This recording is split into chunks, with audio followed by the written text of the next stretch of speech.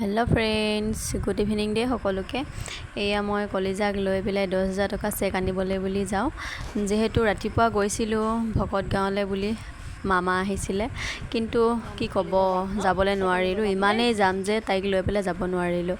আৰু এতিয়া এয়া তাৰ পৰা আহি সকলোবিলাকে কলেজৰ ফিল্ডতে 10,000 টকা চেক বিলাই আছে। আৰু আমিও লওঁ বুলিয়ে আমাৰ গোটৰ সকলোবিলাক বহিছে একেলগে। এতিয়া এই চাওকচোন, গোটেইবিলাক ভকত গাঁৱৰ পৰা আহি পেলাই ইয়াতে বহিছে আৰু ইয়াতে চেককেইখন ভগাইছে। আমিও সেয়া চহী তহী কৰি লৈছোঁ আৰু চেককেইখন পাম।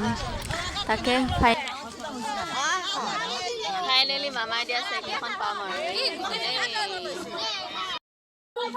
এয়া ফাইনেলি চেকখন পাই গ'লোঁ দেই।